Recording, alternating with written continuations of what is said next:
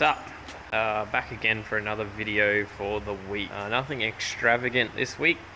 No blown up 2Js. Did get the Land Cruiser pretty much finished up. So all the white stuff got painted, the grille, the visor and the roof. A little bit of rust repair on the frame that got done. I'll run you through a little bit of that, but it's pretty basic sort of stuff.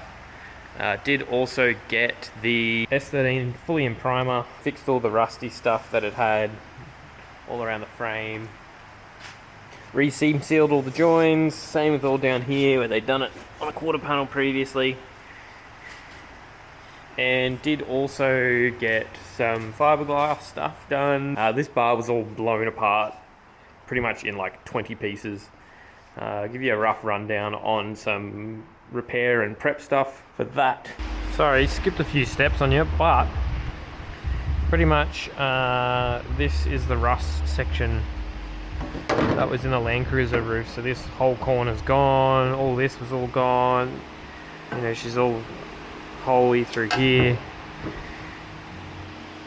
This was all gone, these both of these corners on both sides. Pretty much start with flat sheet. Fold in all your edges. I've had to basically tip this over by hand, that's why it's not that great, but once it's in, she's all lined up. I do still have to drill and weld nuts onto the backs of these where the holes were to mount the roof, but yeah, rip into it.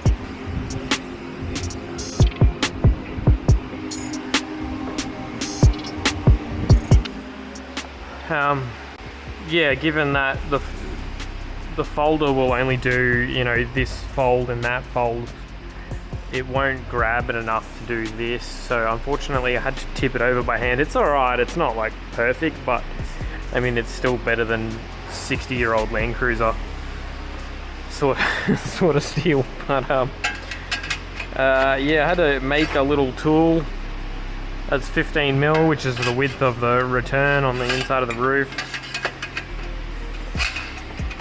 just to be able to sort of tip all this over by hand.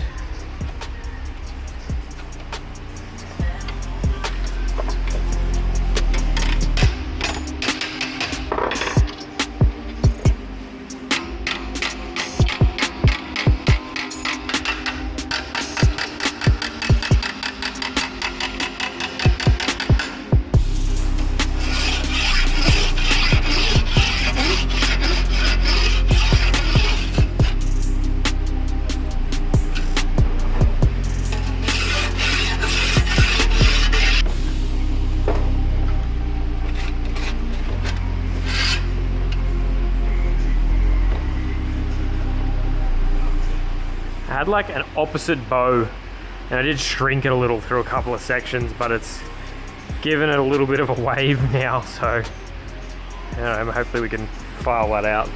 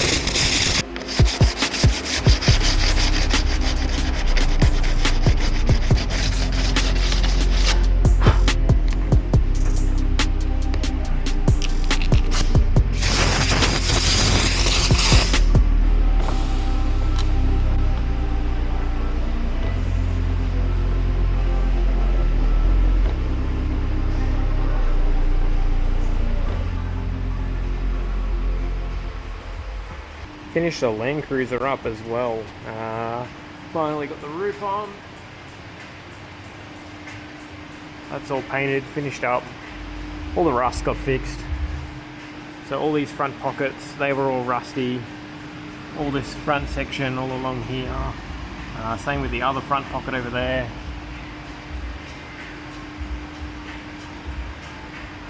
Looks great. All the inside reassembled. All the little trims back on. Still got a little bit of wiring to do and a couple of trims and some odds and ends, but I dare say it'll be finished up at the end of next week. This was this rust section that I did as well, so you can't even really tell that it's different. It's only the rivets really that give it away. So these ones, as you can see, are real small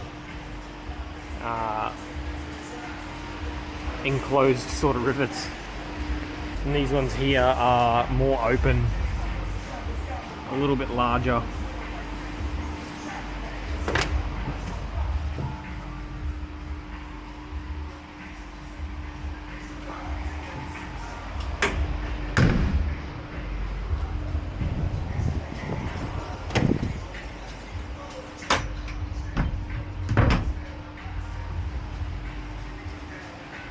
Looking more and more complete. Not much left. As I said, a few little odds and ends and brackets and trims to put in, but yeah.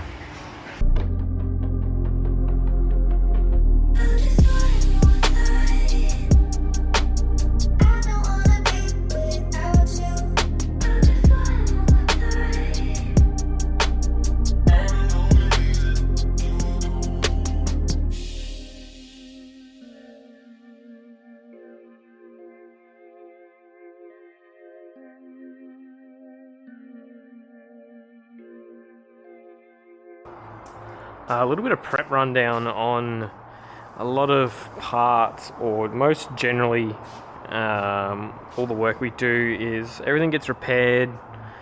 In this case, this bumper was actually painted it not long ago, but poor Anthony ran up the back of a car and pretty much just blew the whole bar apart. As you can see, it was all split through here, all the way through. That was broken off through here. There was a big section missing over here. And pretty much we glass it all back together, grind out all the cracks, glass it all back together, get it all repaired, everything like that. And then from the top side, we generally use a fiber fill. So this green stuff here is like, it's just bog, but it's got like little hairs in it, little fiber strands. Great for doing this fiberglass stuff. And then from there, it gets all its repairs done, and then it goes in a high fill primer, which is the grey stuff you see. That generally, if it's got repairs under it, we'll block it with a 240 grit and then re-prep it again with a 400 grit on an orbital. All this stuff here is all like a single pack fine filler, I guess you'd call like a spot filler, and it fills in all the little tiny like pinholes and little marks and stuff that the high fill didn't quite fill. And then yeah, so pretty much from here, these will get 400 grit orbital prepped as well, and then rip it into the booth for some paint. So yep.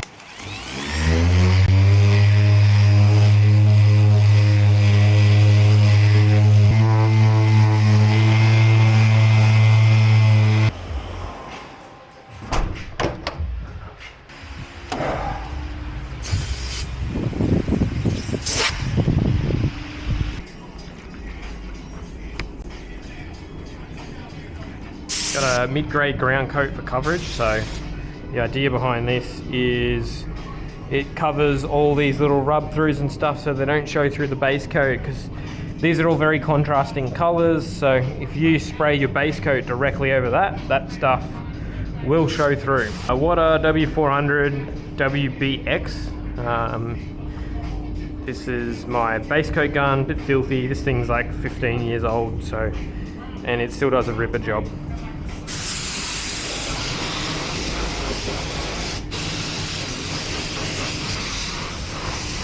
As you can see, gives us a nice consistent color to paint over.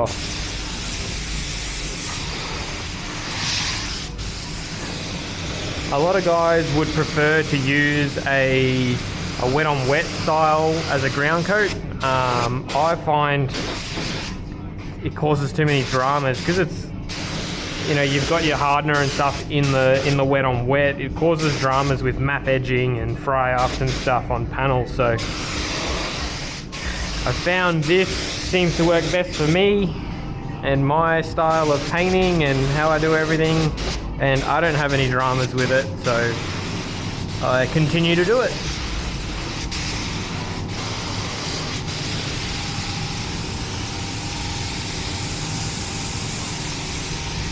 You can see as it flashes off, it goes slightly darker. Most base coats will do that. They'll always darken as they dry, so.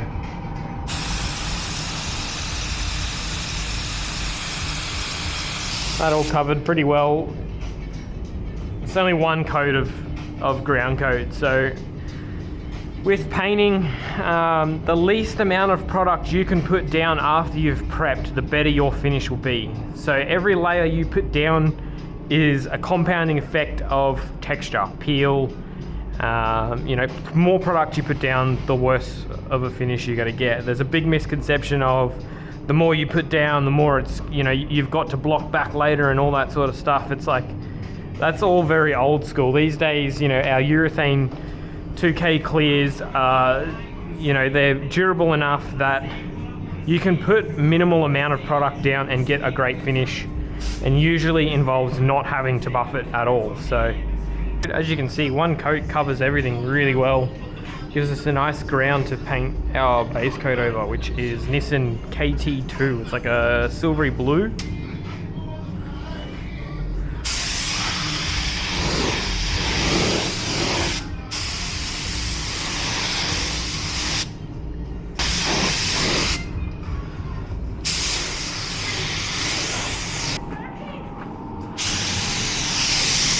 As you can see, ground coat's pretty closely matched to the color of my base coat. So your color of your ground coat will always be dependent on what color you're going to paint the car. So for example, if you're painting a car a dark color, you know, dark purples, blacks, dark blues, you would put a black ground coat down to achieve the best coverage for your base coat. So the least amount of base coat you can put down, as I said, least amount of product, the better your finish will be in the end run. So anything that's white, you obviously put a white ground coat down, just for coverage. And you know, silvers and medium sort of colors, you always get like a medium gray like this, for example. And as you can see, it's like almost exactly the same. It just helps with coverage. So as I said, least amount of product, the better.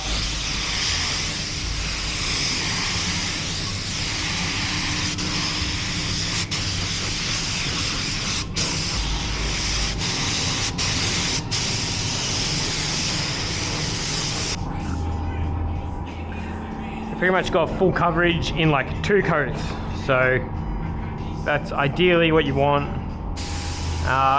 For silvers and you know, heavy metallics, things, you know, champagnes, silvers, gunmetal greys, things that have this heavy metallic in them, I like to drop my pressure right down and then do some people call it an effect coat, some people call it a dust coat, a drop coat. And what that does is gets your base coat nice and even across the panel.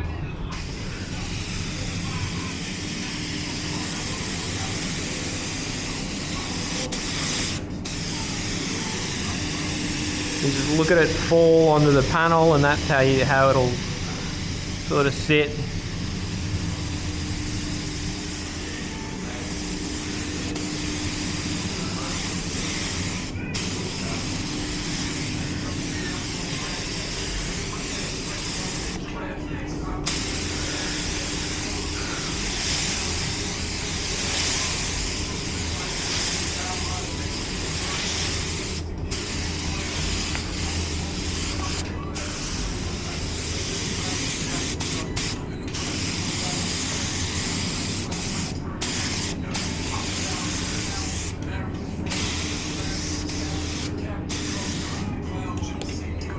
This bumper used about 200 mil of actual paint, obviously 400 thinned, so it gives you an indication of let that flash off, give it a tack rag, and we'll be clearing.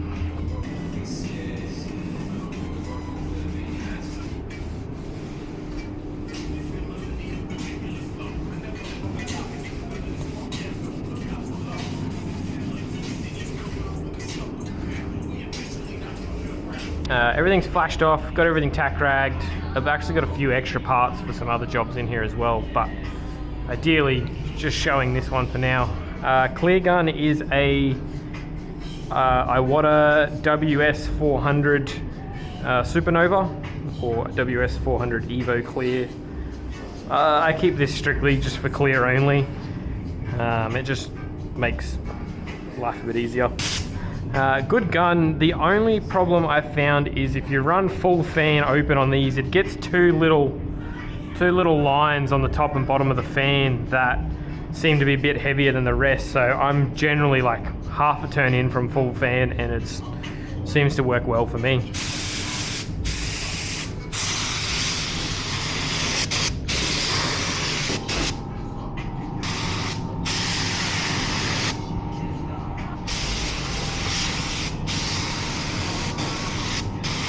I always do my pockets and my bottoms first. So obviously, you know, if you get a little bit of dry spray from your main surfaces, then it's not the end of the world.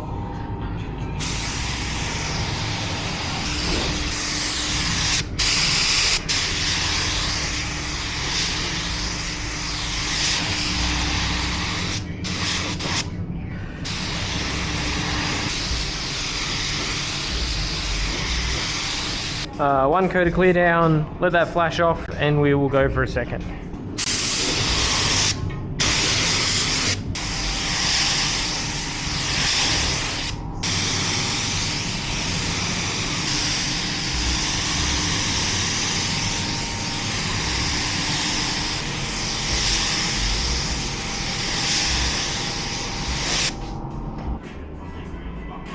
Yeah, that's pretty much it.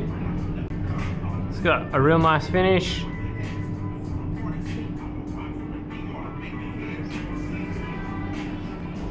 Tiny little nib there.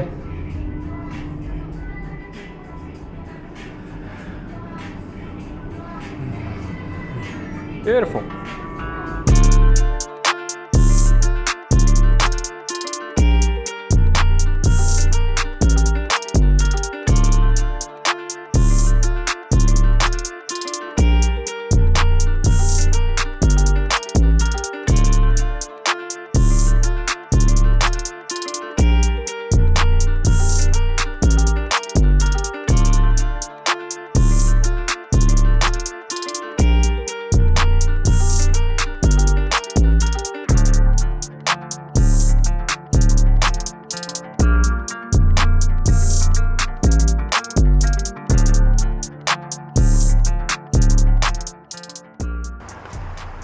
Just an update on the end of the Civic stuff. It's pretty much all done, good to go. We've been driving it around, it's all sweet. The starter motor that we ended up with the wrong one. It turns out this gearbox is an S20, which is the short ratio out of an EG earlier model. Not a bad thing, everyone they're sought after those gearboxes, but the problem is starter motors are hard to get. I did find one in Melbourne, it was super expensive. I was like, nah, fuck it. I modified the original one so that the bolt spacing was close enough for me to just modify and make it work, and it seems to be working, so it can stay in there. Engine mount, same deal, just ended up modifying it, cut the base off the original auto mount and made it a flat plate. Not that you can see it that well, but pretty much a flat plate with some risers because the mounting surface is not flat, and welded it to the existing engine mount, and it's good to go. Seems to be pretty sweet. The only problem I find at the moment is I haven't put the torque mount back on, which is a mount that goes from the gearbox across to the chassis rail.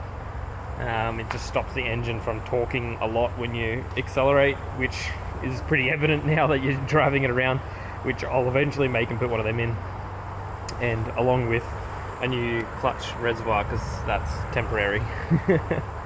But yeah, she rips. Everything works as it should. So yeah. All that said and done, pretty much the end of this video.